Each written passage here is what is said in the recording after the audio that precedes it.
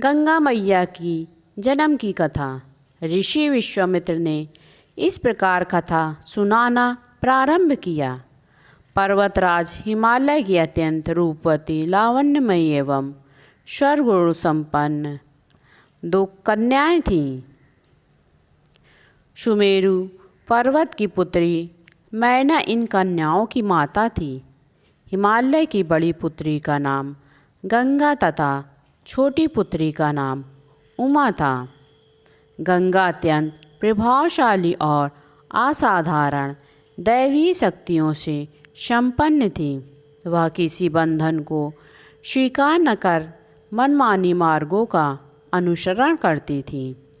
उसकी इस असाधारण प्रतिभा से प्रसन्न होकर देवता लोग विश्व के कल्याण की दृष्टि से उसे हिमालय से मांग कर ले गए। पर्वतराज की दूसरी कन्या उमा बड़ी तपस्विनी थी।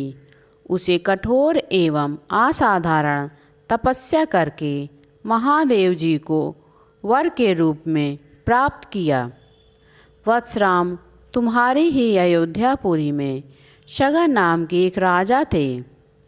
उनके कोई पुत्र नहीं था। शगर की पटरानी केशरी विदर्भ प्रांत के राजा की पुत्री थी।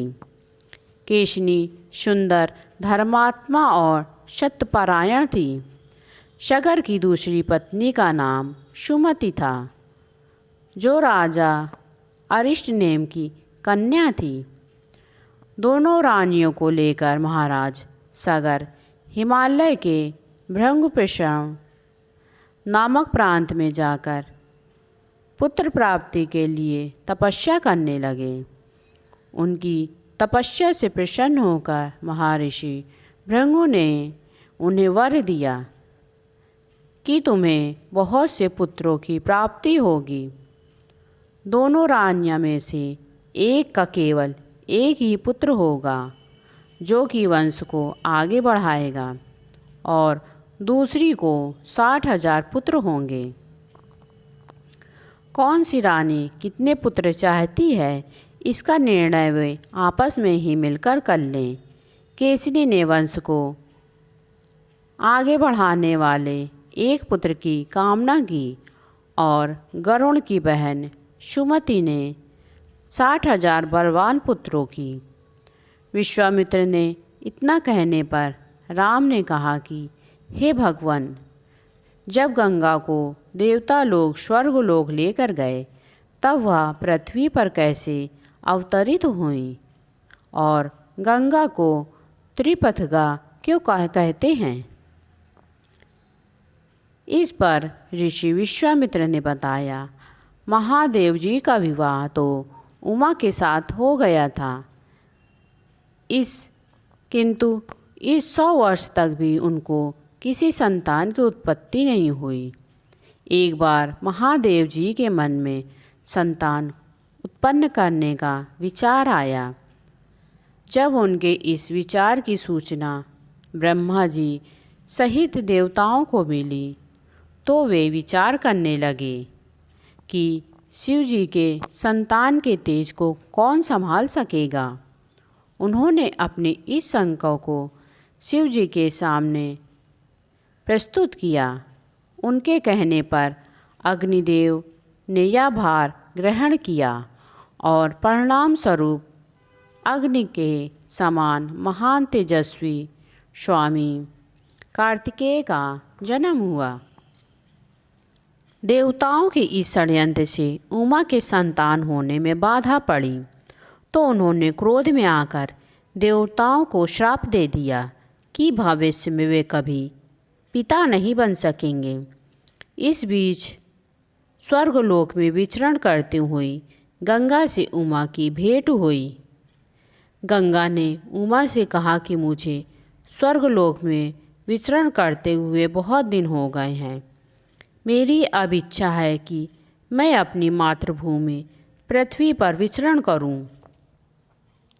उमा ने गंगा को आश्वासन दिया कि वे इसके लिए कोई प्रबंध करेंगी।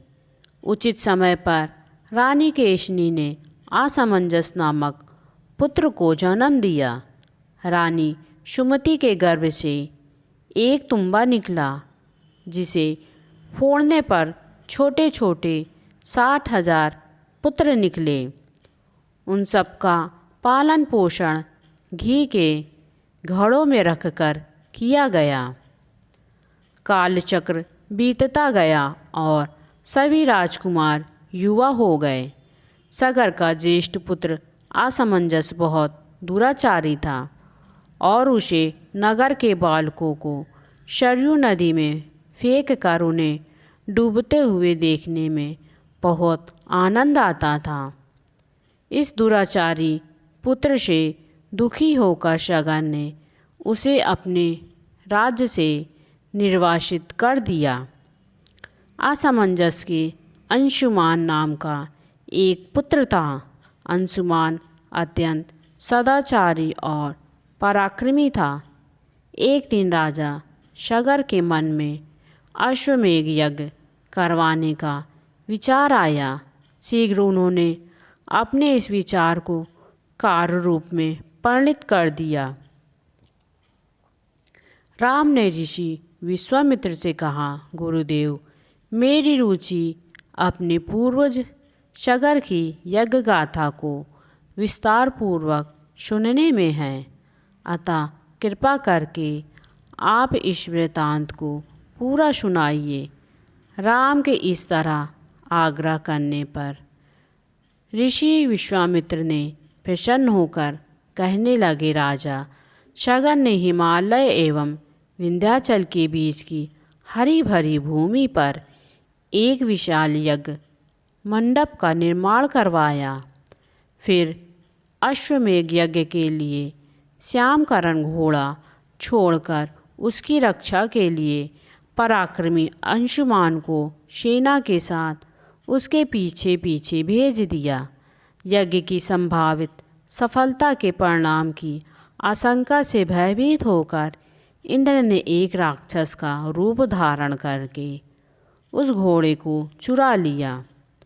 घोड़े की चोरी की सूचना पाकर राजा शगर ने अपने 60,000 पुत्रों को आदेश दे दिया कि घोड़ा चुराने वालों को पकड़कर या मारकर घोड़ा वापस लाओ।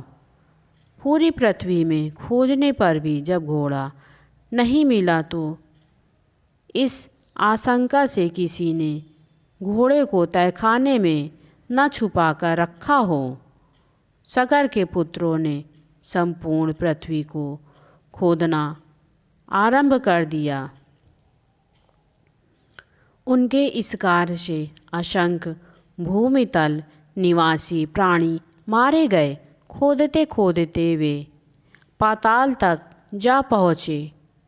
उनके इस नृशंस कृत्य की देवताओं ने ब्रह्मा से शिकायत की तो ब्रह्मा जी ने कहा कि यह राजकुमार क्रोध एवं मद में अंधे होकर ऐसा कर रहे हैं। पृथ्वी की रक्षा कर दायित्व कपिल पर है, इसलिए वे इस विषय में कुछ न कुछ अवश्य करेंगे।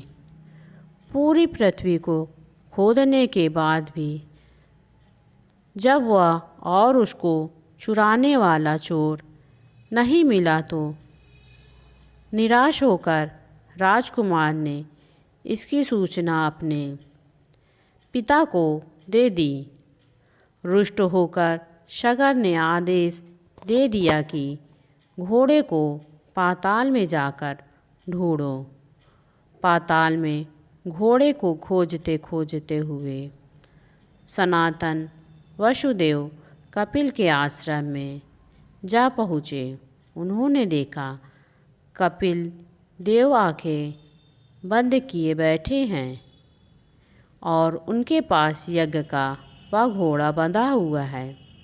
उन्होंने कपिल मुनि को घोड़े का चोर समझकर उनके लिए अनेक दुर्वचन कहे और उन्हें मारने के लिए दौड़े।